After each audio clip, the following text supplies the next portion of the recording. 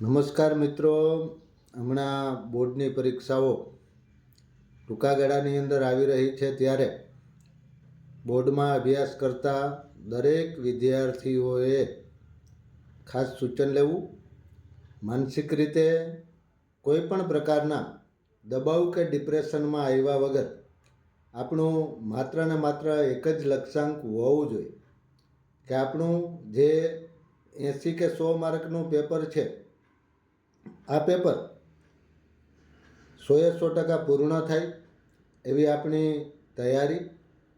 અને નંબર બીજો કે બોર્ડની પરીક્ષામાં કોઈ પણ વિદ્યાર્થીઓએ ગભરાવાની બિલકુલ જરૂરિયાત નથી.